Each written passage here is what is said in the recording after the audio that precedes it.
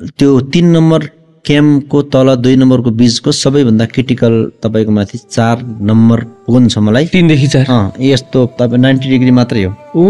त्यहाँ तपाईको केही टोपी अथवा जुनसुकै खसे पनि त्यहाँ मान्छे टिप्न सक्ने अवस्था छैन अनि त्यो बाटो सधैँको एउटै बाटो हो सबैको एउटै बाटो हो सबैको एउटै बाटो किनभने अब त्यो बाटो त फेरि तपाईको चाहिँ घरिघरि त्यसरी अर्को बाटो बनाउन सक्दैन नि त छोटो दिन हुन्छ त्यो छोटो दिनभित्र अनि बाटो जाने आउने एउटै हो अनि त्यही बीचमा पनि तपाईको कस्तो हुन्छ ट्राफिक पुरै जाम भएको हुन्छ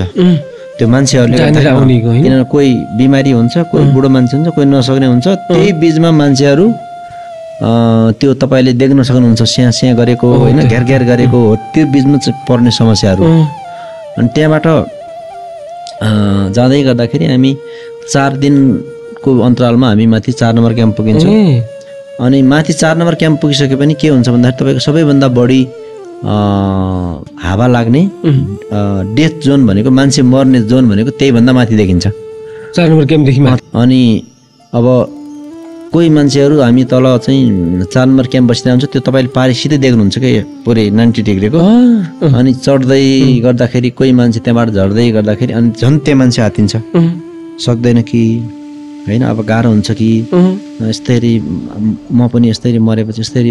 मेरो लास पनि यही रहन्छ कि भन्ने मान्छेलाई जस्तै मलाई परिकल्पना खेलेर त्यस्तै कल्पनाहरू हुन्छ